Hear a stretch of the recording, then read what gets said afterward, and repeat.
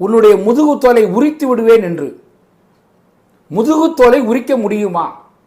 இதை சிந்தித்து பார்த்தால் சற்று கேள்வி நமக்கு எழும்.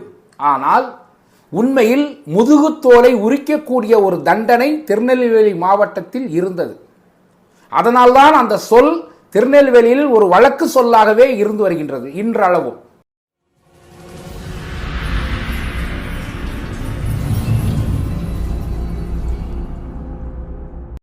வணக்கம். வரலாறு முக்கியம் என்ற இந்த பகுதியில் இன்று நாம் பார்க்க இருக்கக்கூடிய ஒரு வரலாறு, ஆண்டவர்களை பற்றி பார்க்கக்கூடிய ஒரு வரலாறு. அதாவது மன்னர்கள் தமிழகத்தை எப்படியெல்லாம் ஆட்சி செய்திருக்கிறார்கள், ஜமீன்தார்கள் எப்படியெல்லாம் தமிழகத்தை ஆட்சி செய்திருக்கிறார்கள், குறுநில பாளையக்காரர்கள் எப்படியெல்லாம் தமிழகத்தை ஆட்சி செய்திருக்கின்றார்கள் என்பதை பார்க்கக்கூடிய பகுதிதான் வரலாறு முக்கியம். இந்த வரலாறு முக்கியம் என்ற இந்த பகுதியில் இன்று நாம் பார்க்க இருக்கக்கூடிய ஒரு வரலாறு சிங்கம்பட்டி ஜமீன். இந்த சிங்கம்பட்டி ஜமீன் 72 பாளையங்களில் ஒன்றாக இருந்த ஒரு ஜமீன். ஜமீன் ஆட்சி முறை ஒழிக்கப்பட்ட பின்பு ஜமீனாக இருந்தவர்தான் சிங்கம்பட்டியில் இருந்த முருகதாஸ் தீர்த்தபதி என்று அழைக்கப்பட்ட TNS முருகதாஸ் தீர்த்தபதி அவர்கள். இந்த முருகதாஸ் தீர்த்தபதி அவர்கள் ஆட்சி செய்த ஜமீன் தான் சிங்கம்பட்டி ஜமீன்.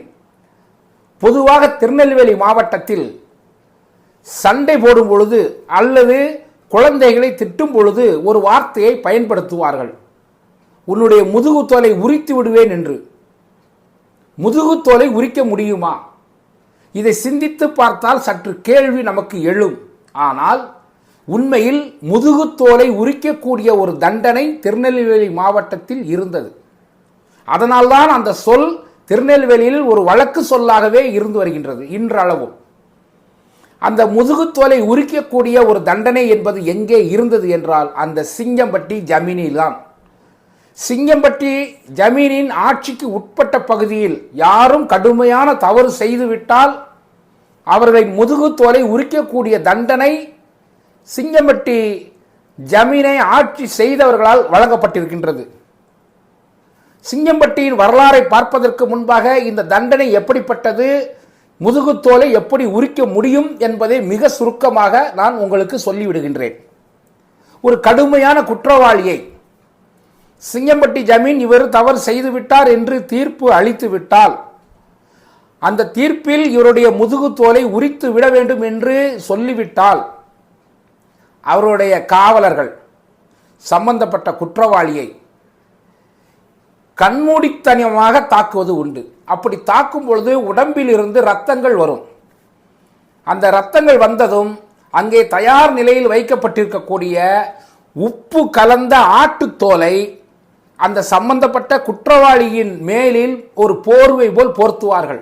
பிறகு அந்த ஊரிலே மையப்பகுதியில் இருந்த ஒரு கல் தூணில் அந்த குற்றவாளியை கட்டி விடுவார்கள். அதாவது உப்பு தோல், ஒரு ஆட்டுத்தோலை எடுத்து அந்த ஆட்டுத்தோலில் கல் உப்பு என்று சொல்கின்றோம் அல்லவா, அந்த கல் உப்பை நிறைய போட்டு அந்த கல் உப்பு கலந்த ஆட்டுத்தோலை சம்பந்தப்பட்ட குற்றவாளியின் உடம்பை சுற்றி கட்டி விடுவார்கள். பிறகு என்ன ஆகும்? உப்பின் அந்த அரிப்பு ஏற்பட்டு தோல் உரிய ஆரம்பிக்கும். அதுதான் முதுகுத்தோலை உரித்து விடுவேன் என்ற வழக்கு சொல் அங்கே உருவாக காரணம். சிங்கம்பட்டி ஜமீன் அதுதான் 72 பாளையங்களில் மிக முக்கிய ஒரு பாளையமாக இருந்த ஒரு ஜமீன். அப்படிப்பட்ட இந்த சிங்கம்பட்டி ஜமீன் எங்கே இருக்கின்றது, அந்த ஜமீன் இன்று என்ன நிலைமையில் இருக்கின்றது என்பதை மிக சுருக்கமாக பார்த்து விடலாம். திருநெல்வேலி மாவட்டம் அம்பாசமுத்திரத்திலிருந்து மணிமுத்தாறு செல்லும் வழியில் உள்ளது இந்த சிங்கம்பட்டி ஜமீன். நான் ஏற்கனவே சொன்னது போல் தமிழ்நாட்டில் இருந்த 72 பாளையங்களில் சிங்கம்பட்டியும் ஒன்று. இந்த சிங்கம்பட்டியில் தான் கடைசி ஜமீன்தாராக இருந்த முருகதாஸ் தீர்த்தபதி அவர்கள் 29/9/1931 திவான் பகதூர் சிவ சுப்பிரமணிய தீர்த்தபதி ராஜாவுக்கு மகனாக பிறந்தார். இந்த முருகதாஸ் தீர்த்தபதி அவர்களுக்கு தாய் தந்தை வைத்த பெயர் தென்னாட்டு புலி நல்லக்குட்டி சிவ சுப்பிரமணி கோமதி சங்கர ஜெய தியாகமுத்து சண்முக சுந்தர முருகதாஸ் தீர்த்தபதி என்ற பெயர். ஆனால் இவ்வளவு நீளமான பெயரை சொல்லி அழைக்க முடியாது என்பதால் TNS முருகதாஸ் தீர்த்தபதி என்று அழைக்கப்பட்டு வந்தார். சுதந்திர இந்தியாவில் 1952 ஜமீன் ஒழிப்பு சட்டம் வந்தது. ஆனால் இவருக்கு எப்படி ஜமீன் பட்டம் கிடைத்தது என்றால், அந்த ஜமீன் ஒழிப்பு சட்டம் வருவதற்கு முன்பாகவே இவருடைய தந்தை சிவசுப்பிரமணிய தீர்த்தபதி இறந்துவிட்ட காரணத்தினால் TNS முருகதாஸ் தீர்த்தபதி அவர்களுக்கு ஜமீன்தார் என்ற பட்டத்தை சூட்டப்பட்டது. ஆனாலும் அப்போது அவர் மைனர், அதாவது சிறியவர் என்பதால் சிங்கம்பட்டி பாளையத்தை அன்றைய பிரிட்டிஷ் அரசு தனது பராமரிப்பின் கீழ் எடுத்துக்கொண்டது. திருநெல்வேலி மாவட்டம் பாபநாசம் மலையில் இருந்து உருவாகின்றது தாமிரபரணி ஆறு. இந்த ஆற்றில் தாமிரபரணி தீர்த்தம், வேத தீர்த்தம், கல்யாண தீர்த்தம், பான தீர்த்தம் ஆகிய தீர்த்தங்கள் இருப்பதாலும் இந்த ஆறு உட்பட்ட பகுதி சிங்கம்பட்டி ஜமீனுக்கு உட்பட்ட பகுதியாக இருந்த காரணத்தினாலும், பொதிகை மலை இந்த ஜமீனுக்கு உட்பட்ட பகுதியில் இருந்ததாலும், இந்த பொதிகை மலையில்தான் தீர்த்தங்கள் அதிகப்படியாக, அதாவது நீர்வீழ்ச்சிகள் அதிகப்படியாக இருந்ததாலும் அதற்கெல்லாம் இவர்தான் அதிபதி என்ற பொருள்படும்படியாக தீர்த்தங்களுக்கு அதிபதி என்பதால் தீர்த்தபதி என்ற ஒரு பட்டப்பெயரும் இந்த ஜமீன்களுக்கு உண்டானது. கடைசி ஜமீன் என்று சொல்லக்கூடிய அந்த TNS முருகதாஸ் தீர்த்தபதி அவர்கள் இலங்கையில்தான் தன்னுடைய பள்ளி படிப்பை தொடங்கினார்கள், அங்கேயே முடித்தார்கள். இந்த முருகதாஸ் தீர்த்தபதி அவர்களை பொறுத்தவரை தன்னை ஒரு ஜமீனாக எங்கும் அவர் காட்டிக்கொள்ளவில்லை. சாதாரண ஒரு மனிதராக, சாதாரண ஒரு சாமானிய மனிதராகவே அவரை வெளிக்காட்டிக் கொண்டார். ஆனாலும் மிக திறமையான ஒருவர், அதாவது வில் வித்தை, சிலம்பம், வர்மக்கலை, துப்பாக்கி சுடுதல், இதையெல்லாம் மிக சர்வ சாதாரணமாக கையாளக்கூடிய ஒரு சிறந்த ஒரு வீரராக தன்னை உருவாக்கி கொண்டார். 2 கைகளாலும் டென்னிஸ் விளையாடக்கூடிய ஒரு ஆற்றலும் அவருக்கு உண்டு, நடனமும் தெரிந்தவர். இப்படி இருந்த இந்த முருகதாஸ் தீர்த்தபதி அவர்கள் ஜமீன் முறை ஒழிப்பின் போது ஜமீனின் பல ஏக்கர் சொத்துக்கள் அரசாங்கத்திற்கு சென்றன. அதில் சில சொத்துக்கள் மட்டும் ஜமீனுக்கு வந்தது. அப்படி வந்த சொத்துக்களில் சொரிமுத்து ஐயனார் கோயில், காரையாறு கோயில் போன்ற கோயில்கள் இவர்களுடைய நிர்வாகத்தின் கீழ் வந்தது. அதாவது ஏறத்தாழ ஒரு 9 கோயில்கள், அந்த கோவிலை சுற்றி இருக்கக்கூடிய பகுதிகள் சிங்கம்பட்டி ஜமீனுடைய ஆட்சிக்குள் வந்தது. சிங்கம்பட்டி ஜமீனாக, கடைசி ஜமீனாக இருந்த இந்த முருகதாஸ் தீர்த்தபதி அவர்கள் இறந்து போகின்ற காலம் வரை அங்கே நடக்கக்கூடிய திருவிழாவில், அவர் பொதுவாக அமாவாசை திருவிழாவில் மக்களை சந்திக்கக்கூடிய ஒரு நிகழ்வாகவே நடத்தி மக்களை சந்திப்பதை வழக்கமாக வைத்திருந்தார். ஆனால் முருகதாஸ் தீர்த்தபதி அவர்கள் 2020 இந்த உலகை விட்டு மறைந்து விட்டார்கள்.